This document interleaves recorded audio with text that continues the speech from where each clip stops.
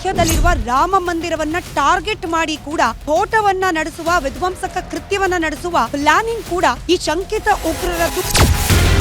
ಭಯೋತ್ಪಾದನೆಗೆ ಧರ್ಮ ಇಲ್ಲ ಅನ್ನುವಂಥದ್ದು ಹೇಳುವುದು ಸತ್ಯ. ಭಯೋತ್ಪಾದನೆಗೆ ಧರ್ಮ ಇಲ್ಲ, ಧರ್ಮ ಇದ್ದಲ್ಲಿ ಭಯೋತ್ಪಾದನೆ ಇಲ್ಲ. ಶಂಕಿತರು ಅಂತ ಹೇಳಿ ಯಾರನ್ನೆಲ್ಲ ಅರೆಸ್ಟ್ ಮಾಡಲಾಗಿದೆ. ಟಾರ್ಗೆಟ್ ಇದ್ದಿದ್ದು ಬಾಬ್ರಿ ಮಸೀದಿ ಧ್ವಂಸ ಪ್ರಕರಣಕ್ಕೆ ಪ್ರತೀಕಾರ ತೆಗೆದುಕೊಳ್ಳೋದು. ದಾರುಲ್ ಹರಬ್, ದಾರುಲ್ ಇಸ್ಲಾಂ ಯಾರು ಕಲಿಸ್ಕೊಡ್ತಿದ್ದಾರೆ? ಗಜ್ವಾಯೆ ಹಿಂದ್ ಯಾರು ಕಲಿಸ್ಕೊಡ್ತಿದ್ದಾರೆ? ಸರ್ತನ್ ಸೆಜುದಾ ಯಾರು ಕಲಿಸ್ಕೊಡ್ತಿದ್ದಾರೆ? ಎಲ್ಲಿಂದ ಬರ್ತಿದ್ದೇವೆ?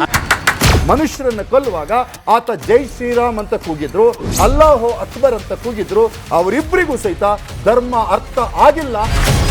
33,000 ಮಂದಿರಗಳ ಮೇಲೆ ಮಸೀದಿಯನ್ನ ಕಟ್ಟಿರುವಂಥದ್ದು. ಸೆಕ್ಯುಲರಿಸಂ ಅಂದ್ರೆ ಏನಂದ್ರೆ ಹಿಂದೂ ಮೆಜಾರಿಟಿಯ ಮೇಲೆ ಈ ಮೈನಾರಿಟಿಯ ಗುಂಬಸ್, ಅದೇ ಸೆಕ್ಯುಲರಿಸಂ.